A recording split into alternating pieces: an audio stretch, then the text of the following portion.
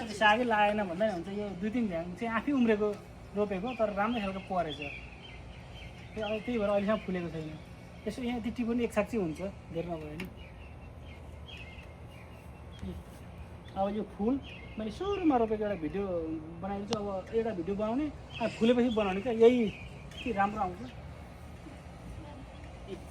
आलु यो पानी आउँछ अनि हिजो मात्र गोडिसकेँ मैले।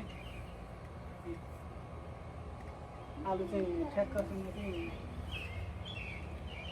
4वटा छ। यहाँ मैले अलिकति यो अलिक अर्कै तरिका छ क्या। यहाँ पिँडालु लगाएको छु, पिँडालु लगाएको छु। यहाँ चाहिँ मैले भेन्डी लगाएको छु। भेन्डी चाहिँ उम्रिनु पनि उयो थियो तर मर के भएर मऱ्यो भन्ने कुरो चाहिँ यो पत्ता लगाउन सक्छौँ। यो के भएर मरेको यो भेन्डी पुरै त्यो मकैले पनि रोपेको त होइन, यो आफै उम्रेको। त्यही भएर मैले छोडिदिएको एकै ठाउँमा जे बेला होला भनेर। यो नटे आफै उम्रियो। अब यो घारीको कर्लाको यो हरि बिजोग छ। यो नआउने नमर्ने कस्तो छ यो, भर्खरै सारिदियो। योचोटिको कर्ला यस्तै छ गाइस। यता चाहिँ पुगेन, अब दुरै पुगेन। यहाँ 2-3 झ्याङ रोप्न पाएँ ठ्याक्क हुन्थ्यो। यो चाहिँ अब यो टमाटरको बिरुवा चाहिँ उब्रेको, यो उब्रेको मैले कुनै रोपिसकेँ। यस्तै छ। यो खोर्सानी पनि मैले यो उता रोप्नको लागि राखेको छु। यस्तै छ योचोटिको। यहाँ देख्दाखेरि अब यो टमाटर पनि खालको छ, 4-5 खालको छ। ठुल्ठुलो खालको पनि छ, ठिक्कको खालको पनि छ, अलिक ठिक्कको पनि छ, अलिक सानो पनि छ। यहाँ चाहिँ मैले 2 झ्याङ मात्र लागेको छ, पल्लो छेउमा मसिनो खालको। 2 झ्याङ भयो नि, जति हुन्छ त्यसलाई अब थाङ्रा बनाउनै बाँकी छ। थाङ्रा अब बनाउनु निकै टाइमै लाग्छ। यी खोर्सानी यो चाहिँ 1-1 झ्याङ हो। यो पनि भुइँमा सार्ने हो। यहाँ यसो हुर्काएको मात्र, अब यहाँ ठाउँ छैन। यहाँ पनि यस्तो छ। अब यहाँ देख्दा यस्तो छ। यो टमाटरको छेउछाउमा मैले भेन्डी पनि रोपेको छु। अब भेन्डीको लागि एक्स्ट्रा अब भेन्डी माथि जान्छ, टमाटर ठिक्क हुन्छ।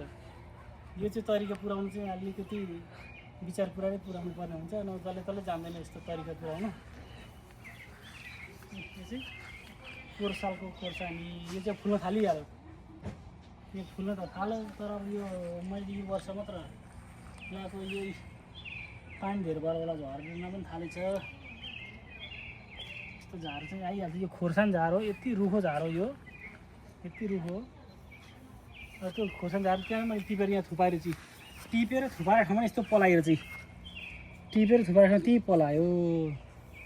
यति रुखो झार हो यो।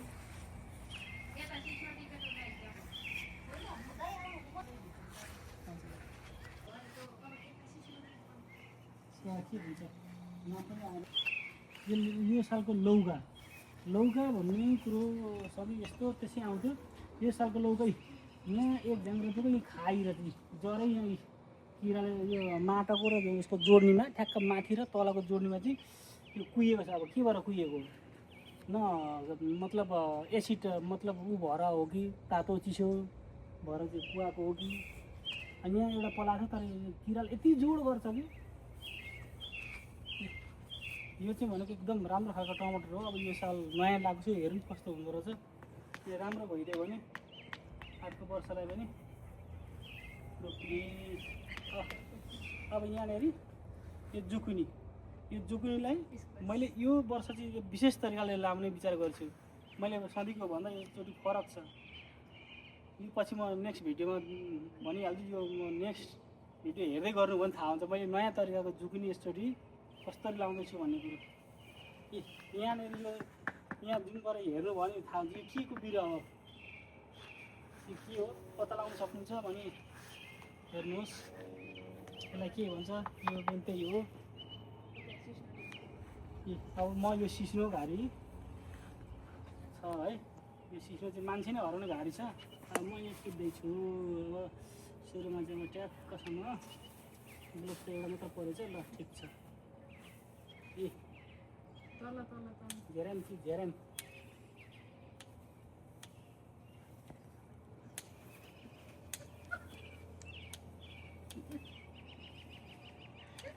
अब नेपालतिर चाहिँ चिम्टाले गरेको देखेको थियो। अब यहाँ त चिम्टा नि छैन।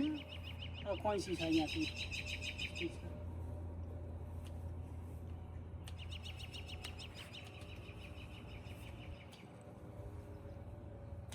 चसक्क घोचाउनु चाहिँ झुक्कै हुन्छ।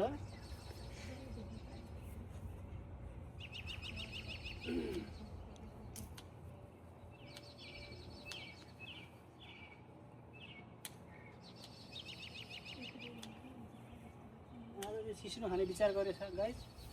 यहाँ सिस्नो यति मजाले फुलेको छ है, यति मजाले फुलेको छ सिस्नो। यो यस्तो सोलिड हुन्छ भन्ने कुरो त खानेलाई मात्रै थाहा हुन्छ, नखानेलाई थाहा हुँदैन। टेस्ट गर्नुलाई त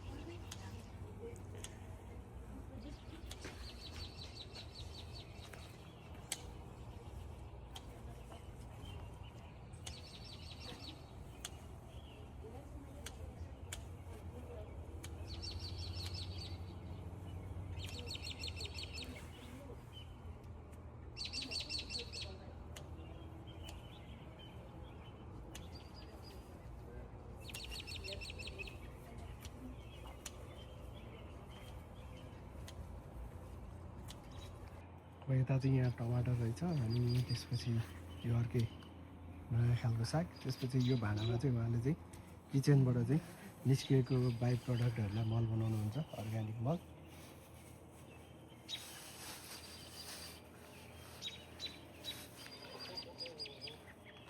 चिलायो साथी, चिलाइ भेटिहाल्छ यो कैँची काट्दाखेरि। यति चिलाएको छ, यो चिलाइ कस्तो हुन्छ भन्ने कुरो त बिजनेसलाई मात्रै थाहा हुन्छ, अरूलाई थाहा हुँदैन।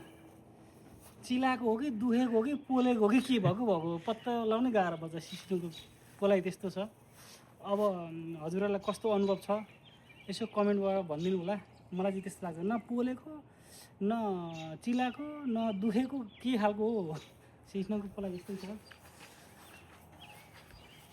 त्यसपछि यता यहाँ रहेछ यो चाहिँ सुपको साग। त्यसपछि यहाँ चाहिँ यो चाहिँ हो पुदिना। विशेष गरी यो चाहिँ अचारमा मिठो बास्नाको लागि प्रयोग गरिन्छ। यति रहेछ है त, एकदम राम्रो रहेछ। उहाँको यो ब्याकयार्डलाई युज गरेर बनाउनु भएको परेसाबारी एकदम व्यवस्थित तरिकाले बनाउनु भएको रहेछ। तल टक्क हिटा लगाएर यसरी सानो ठाउँको पनि एकदम राम्रो सदुपयोग गर्नुभएको रहेछ।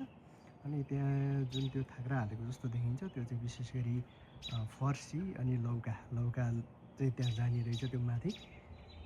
यस्तो रहेछ है त, उतापट्टि पनि बारी अनि त्यसपछि यतापट्टि पनि सानो करेसाबारी रहेछ।